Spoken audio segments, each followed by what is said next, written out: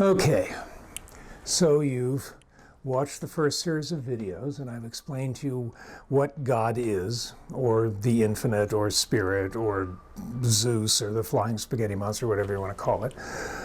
I've told you what it's like, I've told you what it does, and I've told you how it works through you and around you. And I've explained to you that the infinite takes what it finds in your mind and your heart and builds your life experience out of that plus nothing else, and builds your body out of that plus nothing else.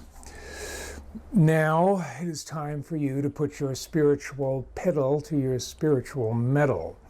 It's time for you to start learning how to use it, or more accurately, to start learning how to work with it to make life a lot better for you than it is now. Now, this technique I'm going to be teaching you in these videos, please don't think for 1 second it's mine. It's been around for a long time. It's been called a lot of things. It's been called true prayer, scientific prayer. The Centers for Spiritual Living call it spiritual mind treatment, which I've always thought was a little grandiose, just saying. In my book, God a User's Manual, I call it effective prayer. For the purposes of this video, we're going to call it something else, just for the hell of it. We're going to call it practical prayer. Prayer that gets you the thing you're praying for. Now, maybe you skipped over the earlier videos because you thought this was the good part. Fine, free universe, do what you want, but you may regret it. Because as I explain in the introduction to my book, practical prayer is really tough to pull off if you don't have a crystal clear idea of why it would ever work in the first place. There's a lot of self-help programs making the rounds these days for people who want to be more effective in their work life, or better at their jobs, women who want to find a husband. And the gurus of these various groups have their people standing in front of their bathroom mirrors every morning, looking themselves in the eye and saying nice things about themselves. You know, I'm a good person, I'm worth it, and gosh darn it, people like me. Which is good. That's a good thing to do for yourself every morning if you're so inclined. But sooner or later, those people are going to pull back and say, what am I doing? I'm talking to my bathroom mirror. How is that going to make anything better in my life? This is ridiculous. Because they don't understand the spiritual mechanism operating in what they're doing, so they don't see how it could be of any help to them. This is called a crisis of faith. Religious people are always having a crisis of faith here and there. People in this teaching, we never do. Religious people pray for stuff all the time, and their prayers never get answered.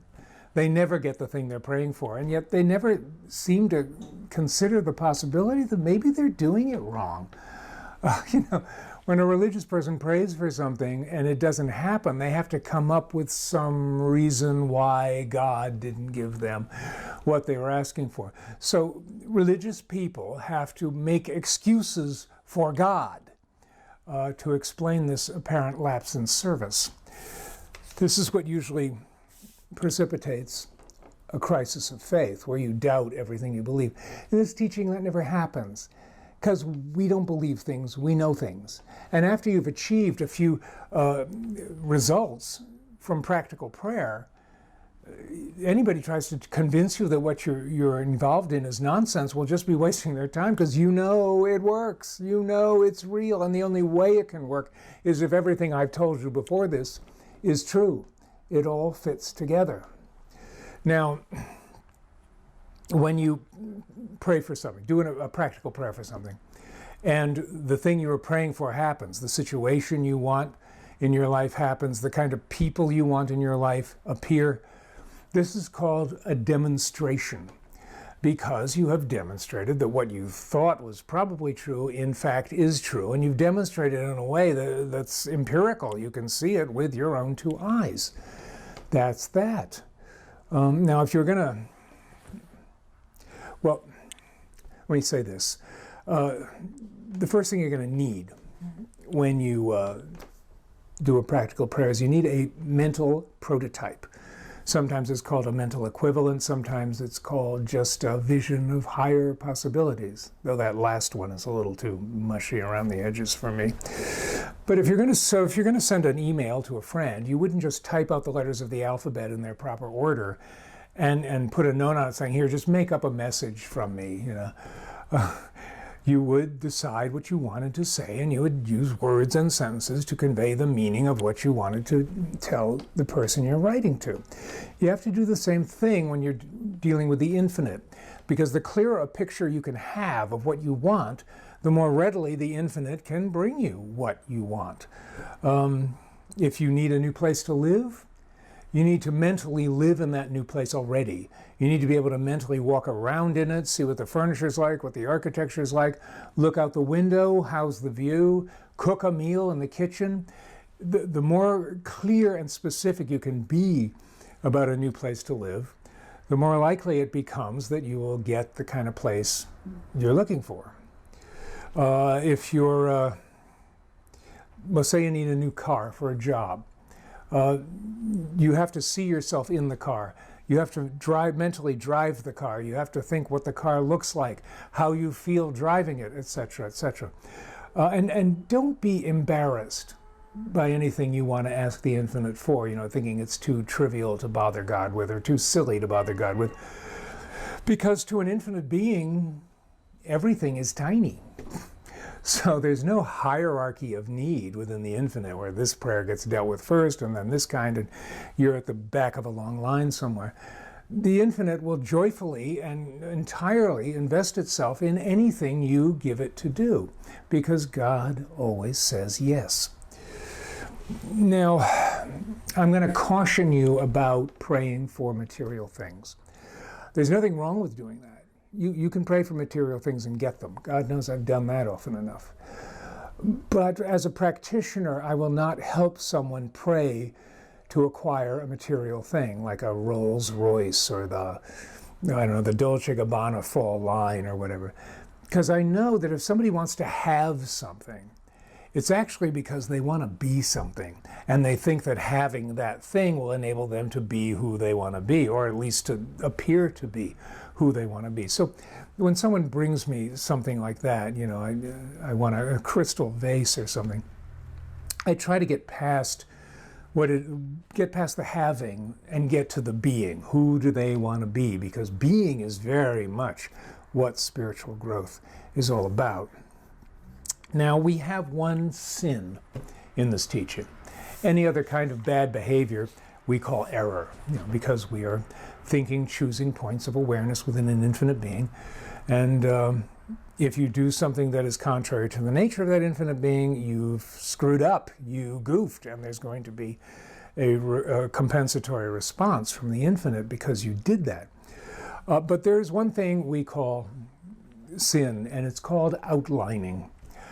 Outlining is when you not only tell the infinite exactly what you want, but you also tell it exactly how to go about getting you the thing you want. This is a bad idea for several reasons. First and foremost, the infinite is infinitely intelligent. That means it's way smarter than you are. It's also existed eternally, so it's been doing this for a long time. Well, let me give you an example. You can do it accidentally. You can outline accidentally. So again, with this example of the guy who needs a car for his new job.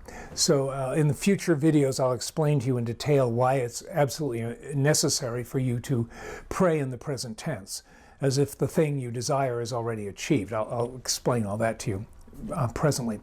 But so the guy knows how to do practical prayer, and he says, the infinite now gives me the money that I need to buy my car. Now that sounds all right, doesn't it? It's outlining. What he wants is the car. So why is he praying for the money to buy the car? The money is not the end game. The car is the end game. The money is just a possible step in the process. And by saying that the infinite is bringing him the money to buy the car, he is limiting the activity of the infinite to that one channel, because God always says yes. Now, if he had just prayed that he had the car that he needed, and let the infinite work out the details, well, maybe a neighbor of his was going to Europe for 6 months and comes to his door and says, hey, will you drive my car for me while I'm gone? I don't want to let it just sit. Or a new job opportunity opens up, something perfect for him that comes with a company car. Or, I don't know, he inherits a car from his dead Uncle Boris. You never know how the infinite is going to work these things out because you can't know everything that it knows. So, just tell it what you want and let it figure out how to do it. In the same vein, if you're praying for a new relationship, a new significant other, spouse, whatever, don't say, I am now married to Margaret, or I am now married to Andrew.